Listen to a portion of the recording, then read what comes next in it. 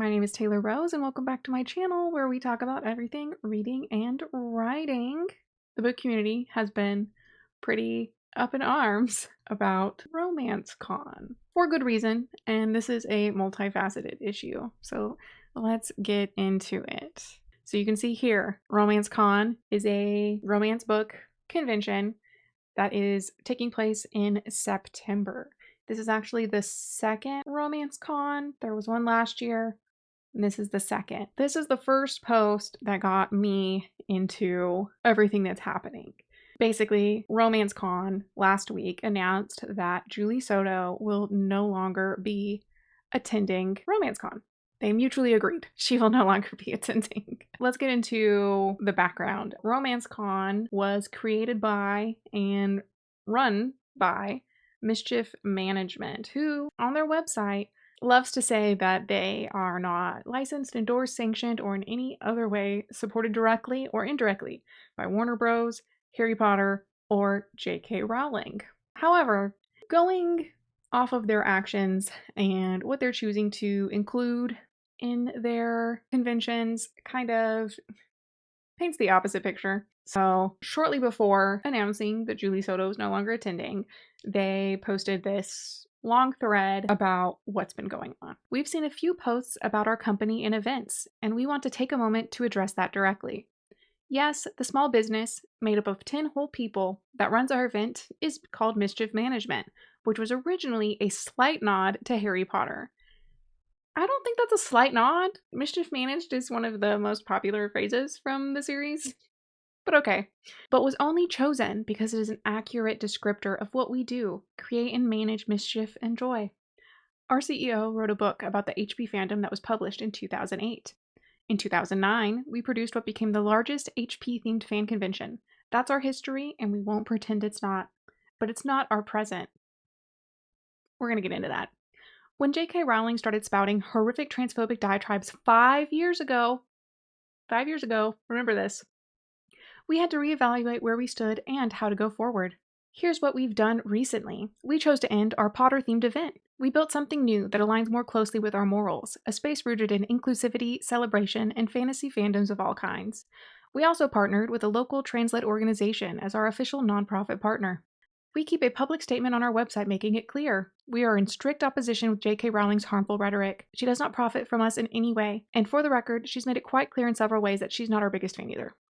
RomanceCon is home to a vibrant, affirming community. Many of our attending authors are queer. That wasn't a coincidence, it was intentional. Our queer and trans team members are deeply involved in planning every single event, including the discussion of the nuances and complexities that arise during a season. When we don't have the lived experience to address a certain topic, we reach out to those who do for their opinions and advice. We continue to listen, to learn, and to evolve year after year. We're not perfect and would never pretend to be, but we care deeply, we show up, and we're always working to do better because that's what our community deserves. We understand that sometimes opinions will differ on the correct actions to take in every situation, but we always promise to do our best. Okay, arguably, that wasn't a terrible message. However, it is ignoring a few key points. They say that they ended LeakyCon, which was their Harry Potter convention. LeakyCon being a reference to the Leaky Cauldron, a tavern in the Harry Potter universe. You can see it was first organized in May 2009, and they continued it until 2024. So it may have been 5 years since it became very obvious to the population who JKR is and what she stands for. But they continued to host this event 5 more times. The year we all learned this, and the 4 following years. They probably would have continued it this year, but we'll go into why I think they did not continue it this year. So you can see, definitely, they had it last year, 2024. Tiny little text there. And if you go on their website, they still have LeakyCon mentioned. This is on their mobile site. If you go to the drop-down menu, LeakyCon is still there. This is an article from the Toledo Blade, where they talk about how LeakyCon transformed into EnchantiCon and will be taking place next month. So in roughly a month, August 15th to 17th. Again, it was started in 2009 by Melissa Anelli, who wrote a Harry Potter fan book and also runs the Leaky Cauldron fan site. And then they're trying to make us feel bad. Now LeakyCon struggles to not only weather lingering effects of the pandemic, but a re-examining of author J.K. Rowling's legacy from 5 years ago. This paragraph I think is really key. Repeat attendees are especially aware of the convention's rapidly dwindling attendance numbers. 2019's Dallas event attracted over 18,000 guests, with this year's event closer to 2,800. So that is 15,000 less people who showed up. I'm beginning to wonder if maybe they decided to cancel it because it's no longer profitable.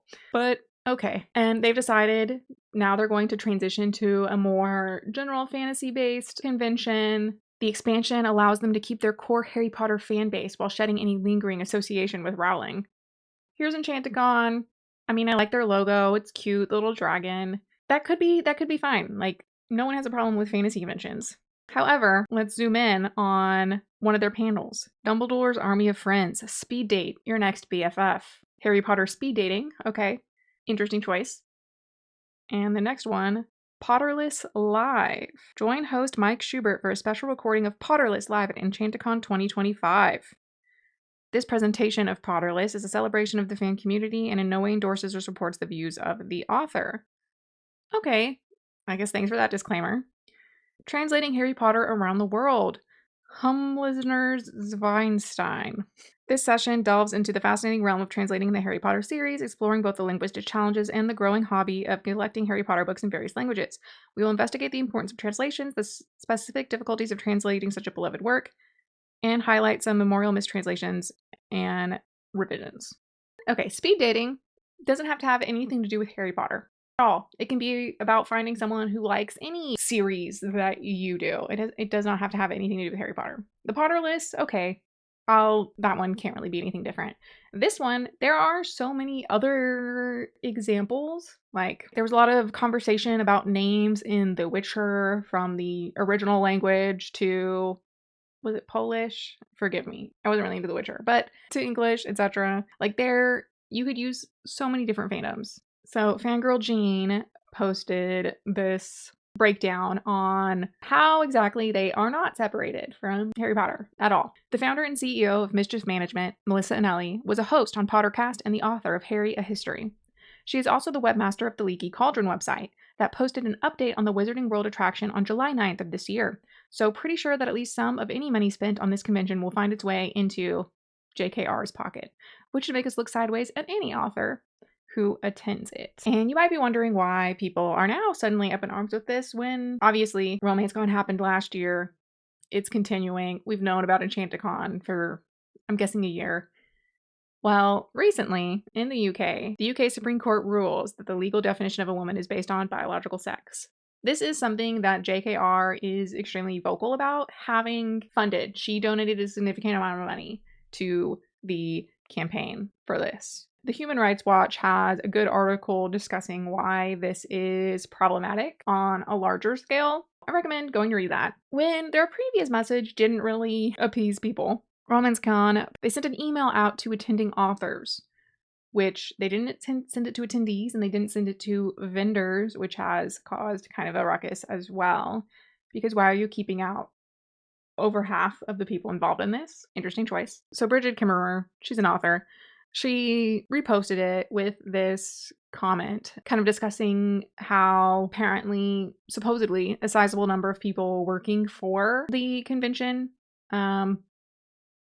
are part of the LGBTQIA+ community, and that they are doing things to support trans organizations. But let's look at RomanceCon's message, right? Today we sent the following email to our attending authors and wanted to share it with our audience as well. In case you have not yet seen, RomanceCon and Julie Soto mutually agreed that she will not appear at this year's event. This was announced at the RomanceCon social media account on Tuesday and then updated on the RomanceCon website on Wednesday. Also, for the past several weeks, we've been finalizing a partnership with a summer camp for trans youth that is very close to our team, located in a red state. It has only not yet been announced because the team there is understandably busy at this time of the year. Summer's almost over. Like, is it happening this summer? Is it happening next summer? They don't give any details. It just feels kind of performative to be like, now that people are upset, oh, but actually we're doing all this other stuff behind the scenes, wink, wink, nudge, nudge, trust us. With regards to EnchantiCon, our sister FantasyCon, the Harry Potter related content at that event comes specifically at the request of our trans and non-binary community members. Since J.K. Rowling showed her true colors online, and we subsequently ended LeakyCon, 5 years later, we received a significant amount of feedback from these community members fearing that their last safe space to discuss Harry Potter would be disappearing. What do you mean, their last safe space? So I understand that most conventions don't run at a profit, but ideally, that's what's happening. Ideally, you are making a profit. So it's like, why is their safe space a capitalist venture for you? The primary goal of all of our events, including RomanceCon, is to provide fans with a safe and welcoming space to engage in fandom, a goal that is especially critical for fandoms that are lacking in safe online spaces. In the case of Harry Potter, these safe spaces have disappeared intentionally for the sake of reducing the online footprint, and by extension power, of the author who causes so much material harm. While some segments of the former fandom community feel that this should extend to people's internal experiences and are well within their rights to distance themselves from any discussions of the fandom, not all feel this way. There's no harm committed when privately enjoying a story that has been foundational. Furthermore, for many trans fans who attended LeakyCon and plan to attend EnchantiCon, the process of continuing to discuss Harry Potter is transformational. It includes mourning, catharsis, and reclamation of our own histories. Okay. I found a few good commentary on why this is an issue. The majority of the programs being referred to online were submitted and are being run by queer and trans people themselves. Nevertheless, in promoting these parts of the event, our team has been attentive to the line between reassuring our existing community that they are not being rejected and limiting the exposure the franchise gets outside of the rooms where the conversations will be happening. In all of this, our primary goal is to give trans and non-binary people who still have feelings about Harry Potter a safe space to talk about them. While we welcome criticism of us and our event, we take the protection of our panelists and staff very seriously, and will not tolerate any harmful comments regarding or towards them. We understand that if you continue to be uncomfortable, but we understand that this context will help you feel more assured. Okay, I really think this just falls flat when you remember who owns this management company. Who is the CEO? This woman who actively contributes money to JKR by going to her theme park, buying her merchandise, advertising, any Harry Potter collab going on. What is the point of these collabs? For you to spend money that is going to JKR's pocket.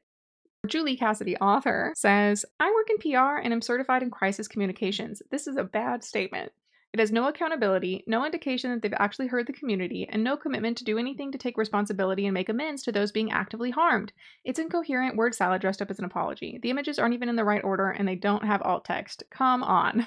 I agree. We're supporting this unnamed summer camp. Are you? We have no idea. There's no proof. Trans people asked us to do this. Okay. A lot of people had a lot to say, right? Beffy Nicole Reeves. You know, another thing about RomanceCon is that it literally wasn't even an apology. It was, no, we're going to keep doing this actually. Jamie's book era 2. RomanceCon is so inclusive. Are you kidding me? You're going to cancel a con that preaches LGBTQ plus and BIPOC inclusiveness. You're going to cancel a con that lifts up a ton of indie authors, all because one author who dropped the con, by the way, published a fanfic that doesn't directly support JKR. This con is a good thing. Being introduced to Milwaukee. Thanks for indulging in cancel culture and ruining a good thing. I think that this person kind of missed most of the context of what's going on. It doesn't actually have to do much with Julie Soto. I mean, she contributed to this, but she be reading, okay, I'm not crazy, right? Did RomanceCon completely tokenize the trans community? Yeah. They basically said, I'm not racist, I have a black friend.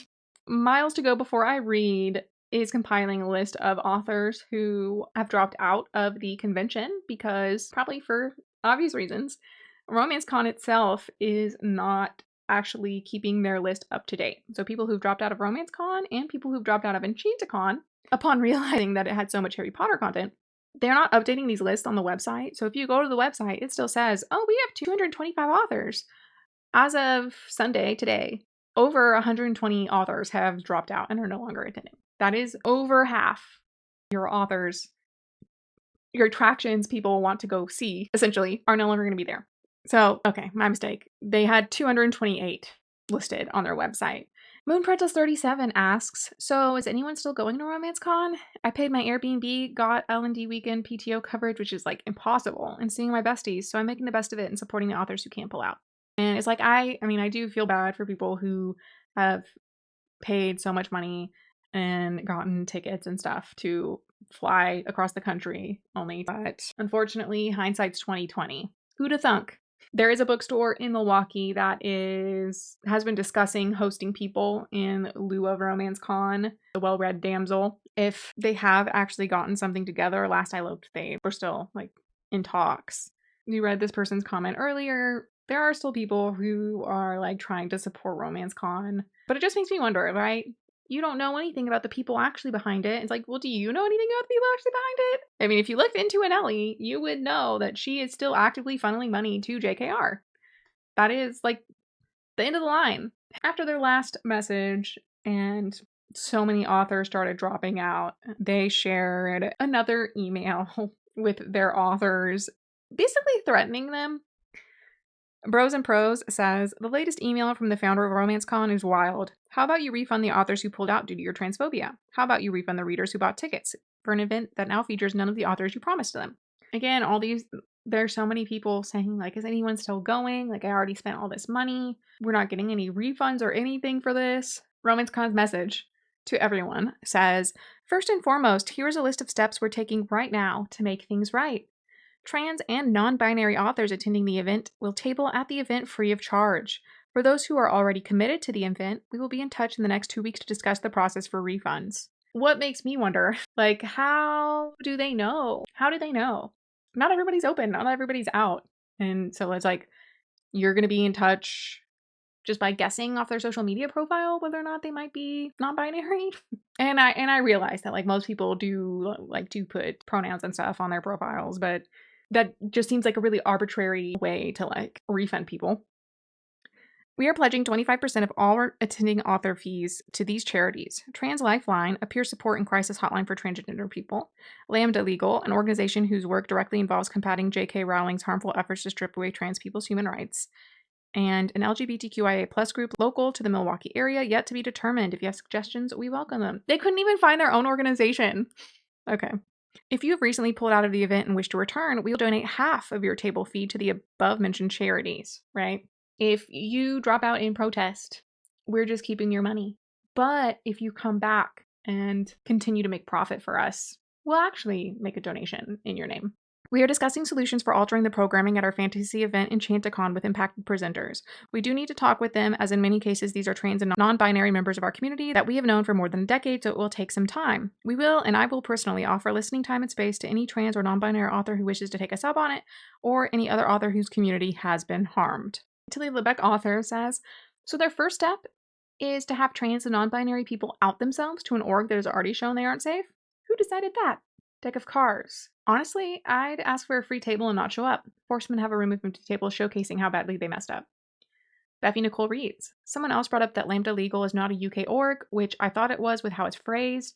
As much as US trans orgs need funding, when talking about JKR, we absolutely should be focusing on the UK. And this is a great point. They definitely phrased that as, these people are fighting JKR. They can't fight JKR if they're not fighting in the UK.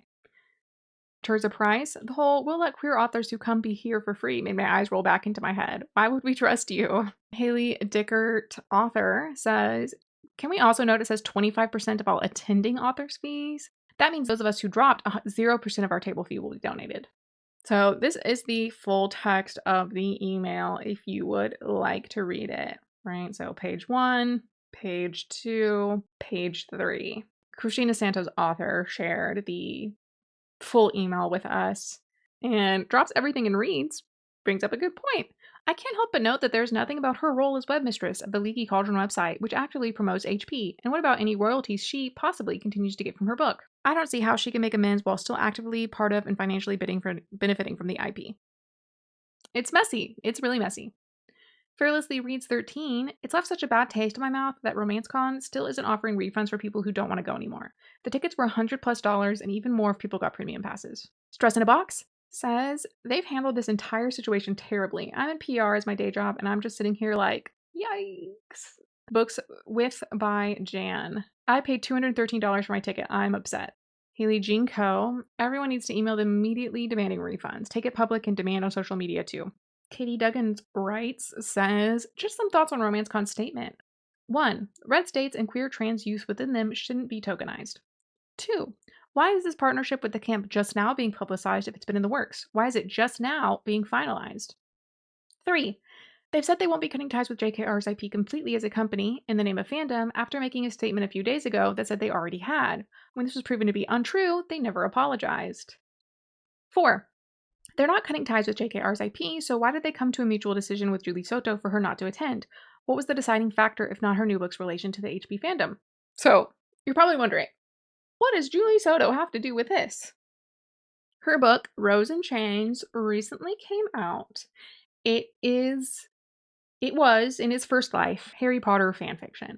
So they call it filing off the serial numbers, off of fanfiction. So it was kind of rebranded. Any world building related to Harry Potter was removed or altered. The character names are all different, etc. But clearly from this picture, you can see it is supposed to be Hermione. If you aren't in the know, that is the pairing of Hermione and Draco.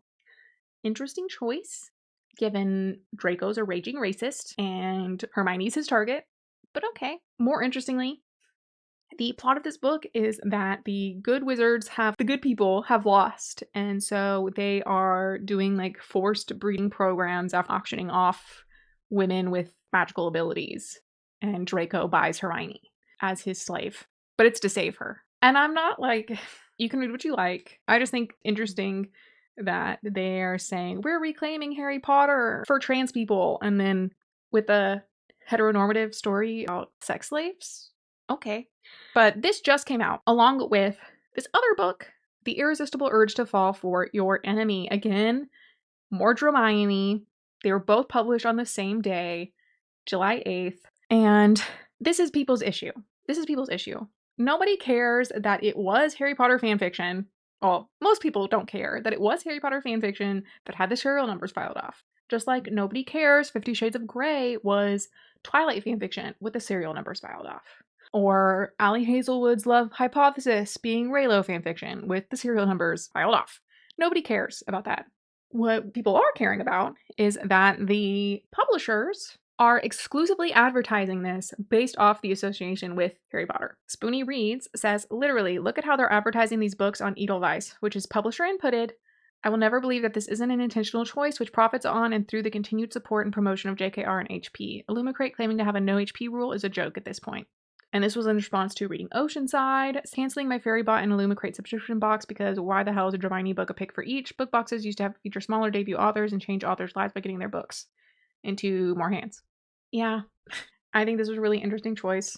So you can see, like, this is the publisher-run ad. Romantasy meets an obsessed fandom. Rose in Change is inspired by Julie Soto's popular Hermione fanfiction, The Auction. And then it's talking about how many views on TikTok and Archive of Our Own. Fans even created their own books. And so you can see, here it's talking about other popular fanfictions turned trend book. But as far as I understand, none of this was used in the advertising for these. Right, another Kylo. And this one is another one that is being talked about, manacled or alchemized, specifically because the cover artist apparently is really open about using AI. But in general, people seem to be putting less heat on this book, specifically because at least the author of this is apparently a non-binary person. And then for the other book, right, Hermione's pairing of Draco Malfoy and Hermione Granger. Okay. What? For those who may not know, Draco was one of the antagonists, and Hermione was one of the 3 main characters of the series. And since Draco and Hermione are complete opposites, and again, talking about all the views on TikTok, Pedro Paro 2 says, let's be very clear. It does not matter if the publishers, marketers of those books made a deal with that woman for money. If the kids of the local KKK Dragon set up an adorable lemonade stand, you don't fork over the penny for a drink.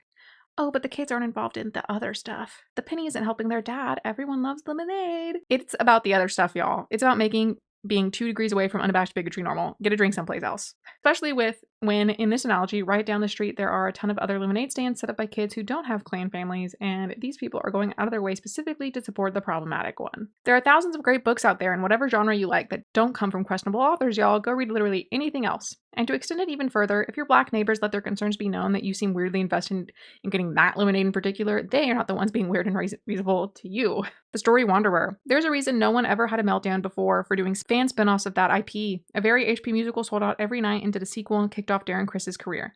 But they didn't get sued or pay rights or make a deal. Yes, they claimed fair use, but the bigger reason? Whispers, because it was good for the brand. She didn't even attempt to go after them, because things like that are good for the brand. A lot of people are concerned somehow JKR is going to be getting money from this, because the advertising so heavily features Harry Potter. And I'm not a lawyer. It seems unclear. There really shouldn't be any way for her to, given that it was used on advertising material. However, some people are kind of like iffy on the fact that usually will say, if you loved Harry Potter or if you loved the Hunger Games, you'll like this book. Versus these ads literally saying, this is Harry. This is Draco and Hermione. Sean Sinwin. I'm probably pronouncing that totally wrong. I finally hit on the IP problem with this marketing that has been bugging me for a few days, and someone pointed out to me that you can't copyright names, only trademark them. I checked the trademarks on these names and it lapsed for print, so I thought maybe I was wrong, but it still felt off that they're marketing these books the way they are. They didn't want to separate these books from HP. They wanted to tap into the HP reader base. They wanted to engage with it. They can't tell me they've filed off the serial numbers when they're openly calling them Hermione fanfiction, explaining what it is, and using the names Draco Malfoy and Hermione Granger in marketing. The reason you file the serial numbers off so that you don't get sued. I cannot stress this enough. You cannot write other people's characters and publish it. Someone writing fanfiction and changing the names, locations, and other surrounding factors doesn't mean that they're no longer your characters, especially when there is a version of the work with your characters' names. They are openly admitting that these are J.K. Rowling's characters. This means that she can sue them and ask for every single royalty earned. She can sue them and force them to unpublish. She can sue them and have every physical copy they have available destroyed, unless they pay a fee to license it, unless some deal is made. Maybe a deal hasn't been made yet, but it can be. You can give your money to these books, and 2 years down the track, J.K. Rowling could sue and get that money. That's the problem here. The unknown future where you've ignored these glaring warning signs and donated to a campaign of hate against trans people. Maybe J.K. Rowling will never sue. It might never happen, but are you willing to risk that chance? Again, whether or not this is factual is kind of up in the air. I don't know if any lawyers made a statement. As far as I could see, it was just like lay people arguing whether or not this sort of thing counts as fair use. However, because a lot of people are trying to defend the authors of these fanfics, saying that like they're not the ones in charge of the marketing. People have pointed out that they've done very little to redirect or anything. Bros and Pros says, FYI, Julie Soto and Bridget Knightley tap danced around the criticism in a new article from Harper's Bazaar. So you can see in the article, I don't write Harry Potter fandom anymore. If an idea strikes me, I might. But I don't agree with her views and how she chooses to spend her influence and her money. I hope that through my work, people can read that we have different viewpoints on things, Soto says. I appreciate anyone who doesn't want to interact with the franchise at all anymore. And I think that's a completely valid decision. And it's valid if you don't want to read any of the traditionally published books that had to start there. So that was Soto's statement. If an idea strikes me, I might write more Harry Potter fanfiction. Okay. I don't think I can think of a single Harry Potter fanfic author that I know that isn't clearly a trans ally or anti-TERF. We acknowledge that there's a problem, but we're here to play in the sandbox, reclaim these spaces, Knightley adds. And fanfic has always been a place for more marginalized voices to play. Okay, but both of your books are about straight people falling in love. How is that reclaiming for marginalized voices? Natterjack0 says 2 things here. A, if you're not trans, this isn't how reclaiming works in the slightest. The books aren't your issue to reclaim. This would be like accepting an apology on behalf of a trans person when the trans person was being discriminated against for being trans. It's not your place nor your position as a cis person to reclaim something like that, especially in the midst of a mass boycott of her work.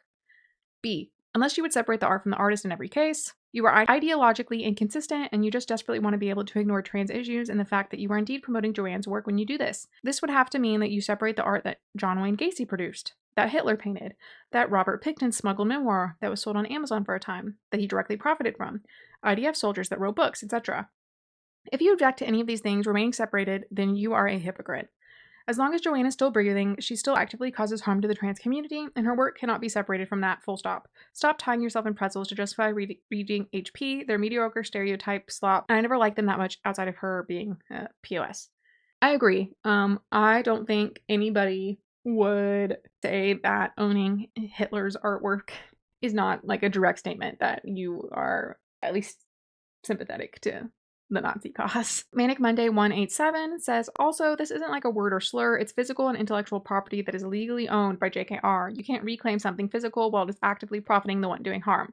Inglorious GG says, the whole problem with this Hermione thing is that there's no nuance here.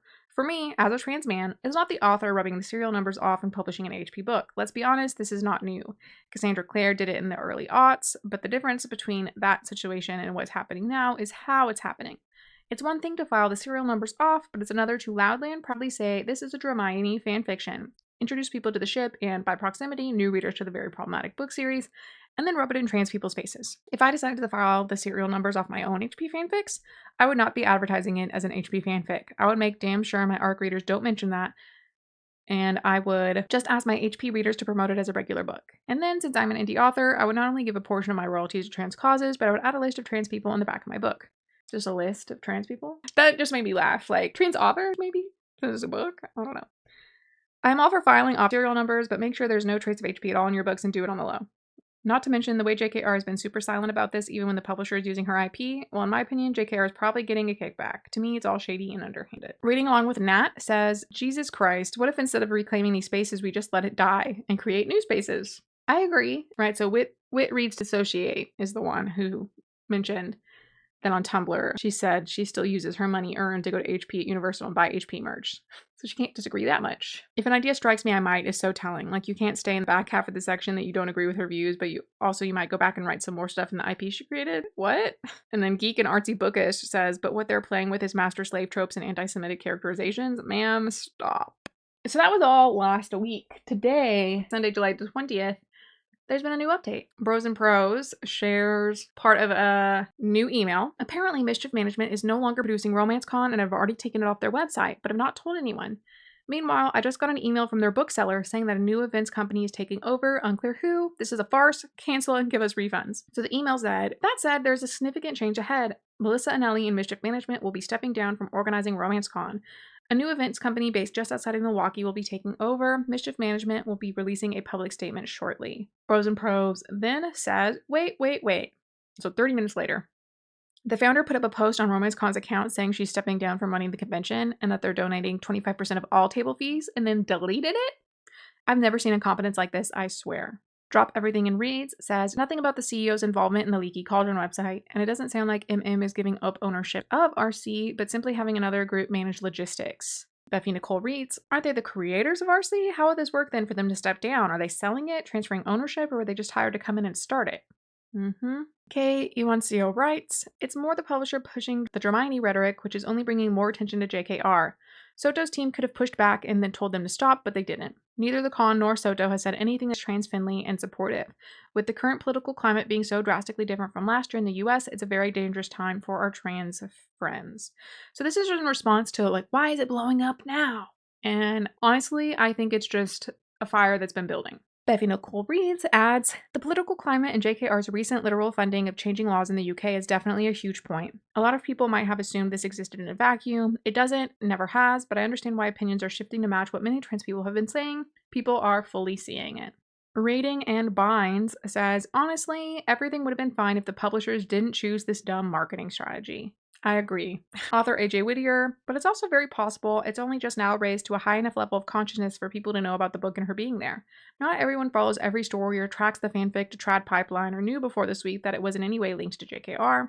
We forget that everyone isn't operating with the same info at all times. Sometimes stories have to blow up huge before they reach the masses. Stress in a Box posts, make this make sense. Over 20% of EnchantiCon authors have withdrawn, yet organizers haven't communicated with us. They're promoting the event as usual on other platforms and still listing withdrawn authors as attending on their website.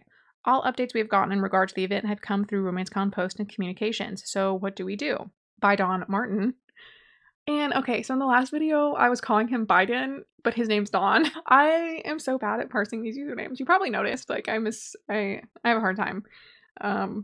I swear, I went to college, I came out never the same. Don Martin says, they're apparently trying to spend the next few weeks pleading with their friends to maybe possibly consider changing their 5 Harry Potter events, but they can't promise anything. Baby, the event's dead. Call it. So there's like 3 weeks until EnchantiCon, and it's crickets. I think RomanceCon is blowing up because EnchantiCon is literally a direct replacement for their Harry Potter convention. And so I imagine if you're the type of person to still be going to Harry Potter conventions in our year 2025, you probably don't actually care about any of this. versus the romance community, who is probably largely a completely different demographic of person. The Brian Penny says, I had to look it up and figured I wasn't the only one clueless but curious. The RomanceCon one really got my attention because it's clear the lady never considered herself a romance fan and was simply running the event for money. Her entire career is built off HP fandom, and it seems clear she doesn't care about any of the communities she's making money running events for. LC17 says, it's the second year of the con, and I'm almost 100,000% sure she started knowing there would be a Dramini romance in the pipeline for her to use to get money from the romance community. So you can see at the bottom, Susan Lee writes, says, I find it absolutely banana pants that some of you are criticizing authors for not writing a thesis statement in their withdrawal from RomanceCon announcements. I've seen a lot. They're like, you didn't say enough when you dropped out.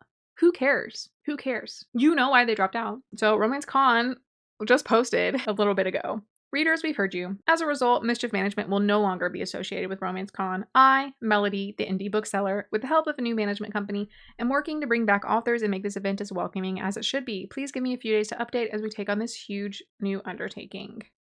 So you can see on the RomanceCon site, all the hats creative is now listed on the bottom. Editing Taylor here. There's been an update. Bros and Pros had been updating people on the email, like saying that Mischief Management is no longer running the event at all. And a lot of people had been wondering, like, this is suspicious. Is that company really going to have anything to do with it anymore? Didn't they make it? Etc., etc. And here's what's being said now.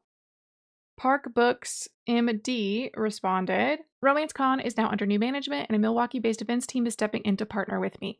We're working hard to keep this space alive for LGBTQ plus authors and the readers who love them. I ask for some grace as we make this transition today. Bros and Pros responded, as one of the LGBTQ plus authors originally scheduled a table and panel at RomanceCon, I appreciate your intention, but I strongly encourage you not to reply to upset authors asking for grace and instead prepare a thorough refund policy. We told them to take down and lock commenting as we did not have access at that point, plus we did not want to censor Mischief, their owner, or any of their messaging any longer. We are working hard to move things over today. So I guess this is supposed to explain why there was an apology, it got deleted, and then a different message. Because, I mean, obviously Mischief Management isn't going to hand over their social media to a third party, but LC17 says, at this point, cancel and refund. Honestly, it's 7 weeks to the event, and there's no way you can make the measurable change necessary in that time. Does Mischief Management still own RomanceCon? Will MM still make money off this event? Who is the new management? What other events have they organized? These are all basic answers that RomanceCon should have had locked and ready before announcing the change in management. MM will not make any money off of this event. The event was paid for, venue, vendors, etc. already, and there's nothing we can do about that. The con is locked in. The new management is a company out of the Milwaukee area. Recommended to me when I realized someone had to step in. This has happened in 24 hours. We thought it best to share what we could as soon as the deal was done and begin the process of repair. At least one of the people who's now had to take over is being genuine, I guess. So the latest update from Melody is that now that Mischief Management is no longer associated with the event and per her comments on threads, will not be receiving any profit from the event. Tomorrow, Monday, they will be having a meeting discussing how to move forward with all of the authors, whether or not they've dropped out. They should have all received an email from her.